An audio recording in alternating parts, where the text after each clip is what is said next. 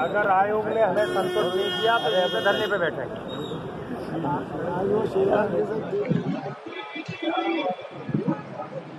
सुबह जो है 8-8:30 से जो है और कल जो हम लोगों ने मांग की डाक मतपत्र कैंटीन के अंदर सैकड़ों की तादाद में पड़े हुए मिले, इसको कोई भी देख रहा था कहाँ डलना है कहाँ जाना है ये किसी को पता नहीं। तो ये बड़ा दुर्भाग्यपूर्ण है कि इतना बड़ा चुनाव हो रहा है और डाक मतपत्र आज पहली बार हो रहा है ये 50 साल के इतिहास में कि डाक मतपत्र कहाँ डलेंगे ये किसी को पता नहीं।